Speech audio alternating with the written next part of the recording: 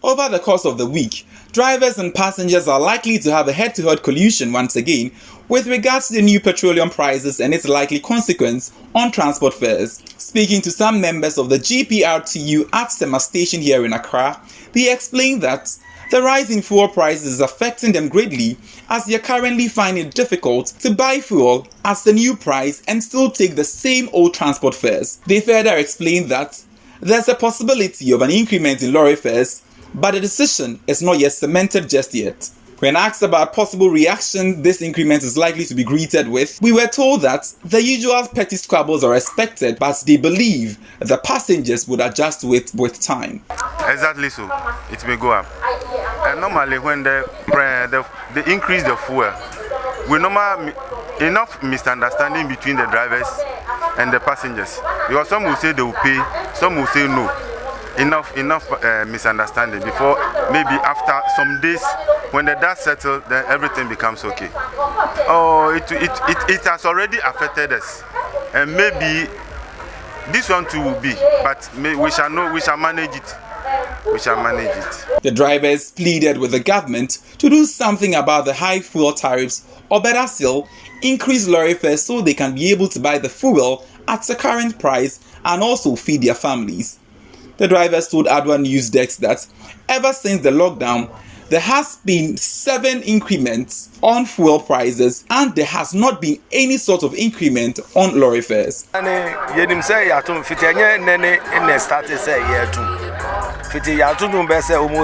times.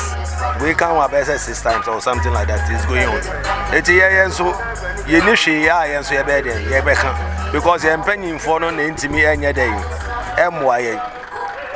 So ya tumumu and so ye ne a passengers for no any to send to kwa na ye de ya tias because they be him say e ya de aye tum aye boy en kaye and so passengers for na say sia no almost so ye say ye ho kire ye because say sia ya tum no say sia adwuma na ye be no say sia adwuma na nso nkoso eti ye hunu say de yes ye hunu say de o man nkasa ye de e koso because ye sorry aye boy en kaye ye she ni atum because says he has spare parts and so obeko so na spare parts no say the spare parts na say the say 2 for anymore so na spare parts no so ye de e koso e ji says ya no ye ni obi obeye de obeka ya asem de amai e ji ye de says ya gwagwa ye say ye de ye ti oman ni mu kai e na ye boa passengers for no ana ye boa ma ye de ye nkrofo ye boa ma ne dada e ti ye de ya ti ase it is a bequa, a bit me load from her. We take it by 1 hour, and some a load every her. I could be a yebeco. As you free all bounce, I know beyond Fanania de Enfanema. Eti, I have to fuey mono, a high. And so, yes, you knew come on for be obeyed, or Becabia, my internet just say, ya saw any boy a pump. Eti, idea, ya hear by us, our banner so, a year now, say, or better swam, or better so am my ear. Yabepe. And so on to so farm my answer. They also stated that their second worry in Ghana is the police service, as some personnel pursue them and extort huge sums of money from them over petty offences. Ghana police, and my own toya bagu say, Unya took free fear so Juma, atare tuntum, obio yekra, was atare tuntum Mantua baby pet. No, ye marshal. Police. Enye jina opepepe ose operation afa and me to operation me say ye wo kolebu ose operation afa odo ko 50 Ghana 100 Ghana nti higher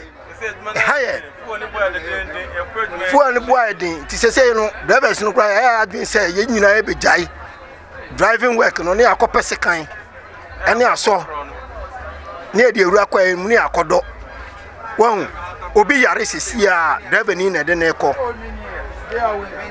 bibi ebesi bia driver ni enka ho a enye yie even lorry fare kra ya gi sese kra omusi yenye no kra obi ha oba say 230 a oba be ma 2 cedi ukoka nini yo no ngi no sese ujai emaneka nti aban no onhwe bibi e wo petrol no ana say lorry fare no so na be kosoro a enkosoro sese petrol 1 gallon 270 ye ko ya na ye baaye nti aban no so anya bibi amfa ho a ene demonstration and strike bebem the whole Ghana drivers nyina be strike the ebesi no ensi timanu esi